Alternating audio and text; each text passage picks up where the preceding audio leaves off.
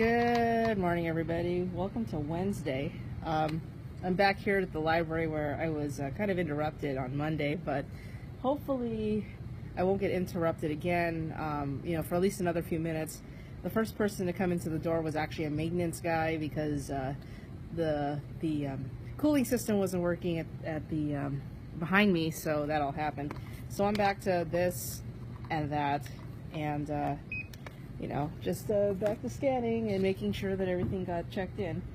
I'll say when I last left you guys, I had a huge pile of books. I'm very glad to say that I got most of it under control, but then, it piled up again. So, fortunately, I'm just back down to one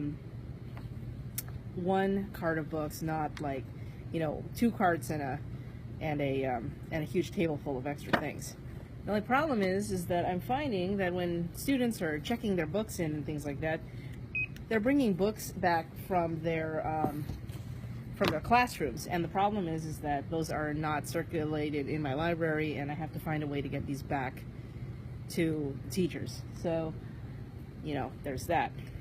So, hopefully, I should get this done before the kids invade. Today's Wednesday, so it's a shortened day.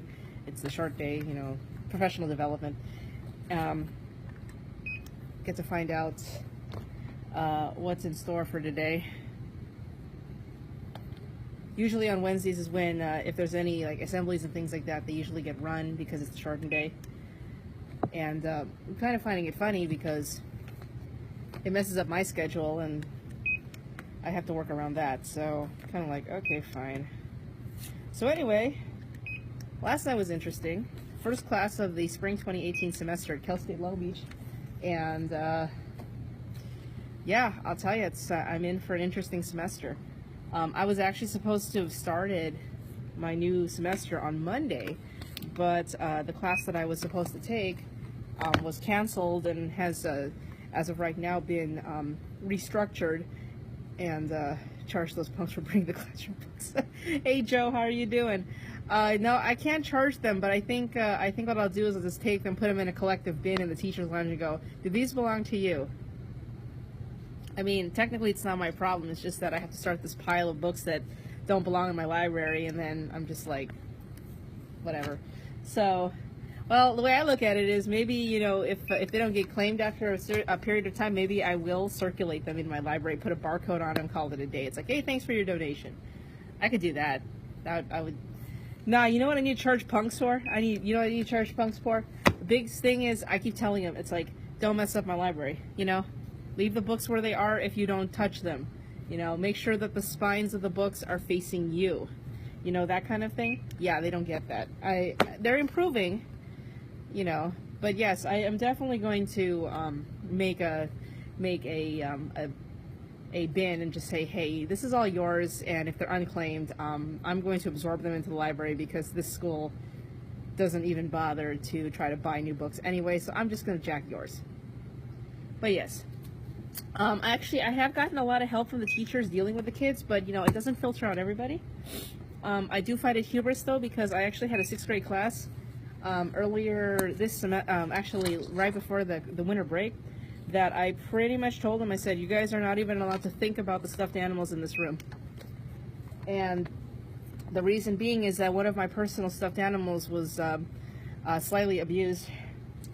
And what I mean slightly abused is his head was bashed in to the point where I had to spend about 15 minutes trying to massage the stuffing back up into its head.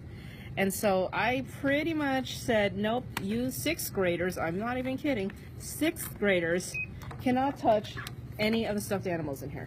I have quite a few stuffed animals in here that are, of some famous, book characters like Cat in the Hat and Yertle the Turtle and Clifford and all that. But nope, they're not even allowed to touch those because forget it. Yes, massaging stuffing back into my head. Yeah, I don't even know where the stuffing goes in my head, and I'm just like, whatever. So there's that going on.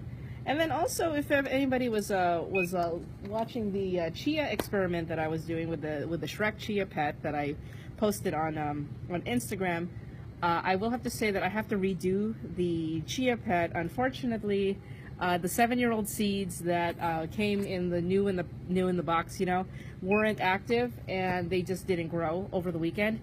So I am going to redo the chia.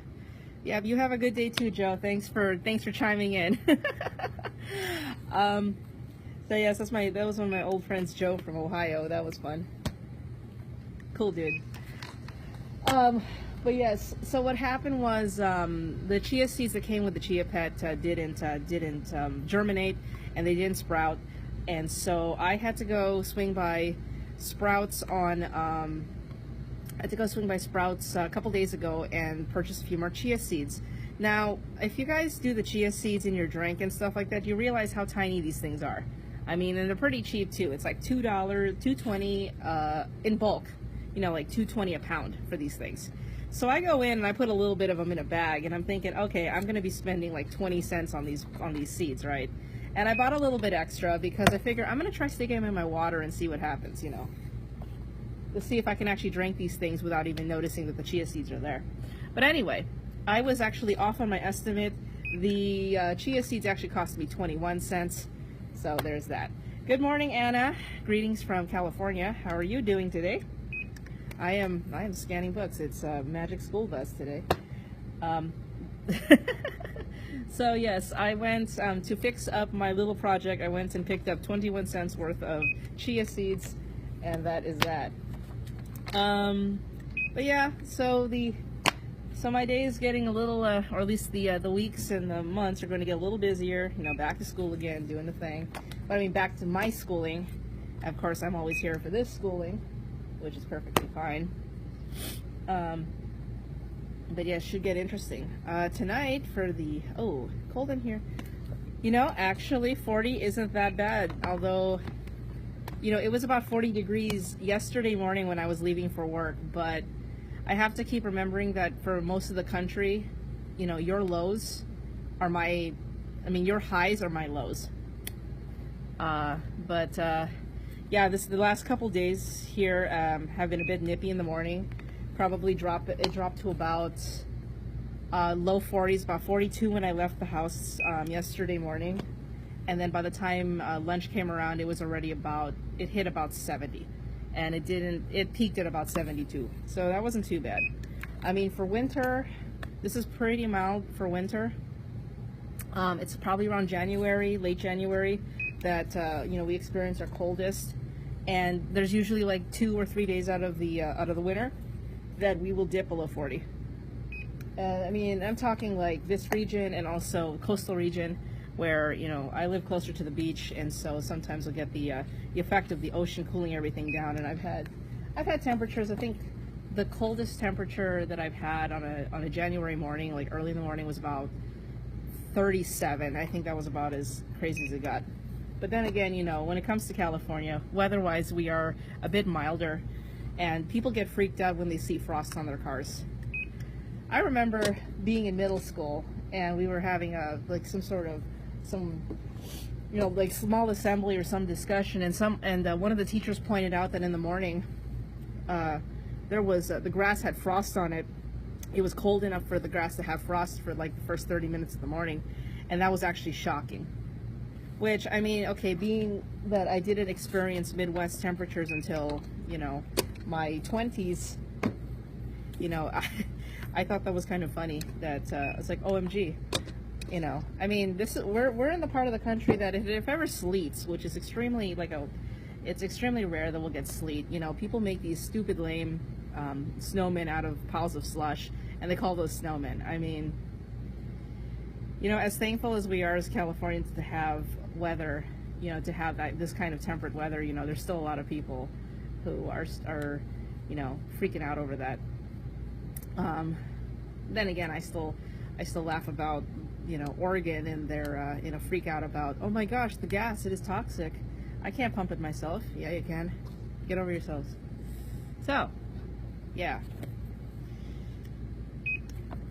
Oh yes, and so to add to the fun while I'm still scanning here, the Eleanor report, she is less than 800 miles from 200,000 on the odometer. So this, yes, celebration is going to happen soon. gonna hit the 200,000 mile mark. I'm hoping that when I am traveling, you know, getting to that wonderful number on my odometer, that I'll be able to stop safely and take the picture. I have to time this properly, of course. So that is my big to-do for the next week or so, considering that there's less than 800 miles left on the odometer to get there. I am assuming that this is going to happen within the next 2 weeks, so I am looking forward to that. Of course, you know, I can always you know, expedite that and randomly go somewhere for lunch. Let's see, Anna, to answer your question, no, I am not going to Tennessee. I am not going to the Ride-In this year. Grad school, I am scheduled to take 2 classes during the summer, and I'm also working a full-time job. I am hoping wherever the 2019 Ride-In is, which I heard hasn't been announced yet, and I know about as much as you do, that I mean, I can consider going, because by summer of 2019 I will have graduated from my degree program, so I'm hoping for that. But nope, I am out of Tennessee. Cannot do it this year. Also, you know, although I will say I did contemplate doing it, because for me to get to Johnson City, Tennessee in July, it would be me taking the entirety of Interstate 40 all the way across straight. Like, it's right there. I thought about it. I mean, it's a 2,300 mile ride. If I turned it into an Iron Butt sanctioned ride, I could easily cover that mileage in 2.5 days. I thought about it. I really did. And unfortunately, logistics are not going to allow me unless something magical happens. You know, yeah, unfortunately, no, I'm not going to see you guys in Tennessee. I haven't been to a Ride-In since 2015, and I'm hoping that the next time I go to a Ride-In, it'll be a more positive experience, and I'll actually take my motorcycle this time around. Unfortunately, I wasn't able to take it in 2015 because I had to fly in, and that was interesting. But there were quite a few things that happened in the 2015 Ride-In that kind of put a sour taste in my mouth. But I think I'll be okay. So let's see, the dates, July 9th to 11th, 2019, in Austin, Tennessee. I think it's doable for 2019. You know, I can take a legit vacation that way.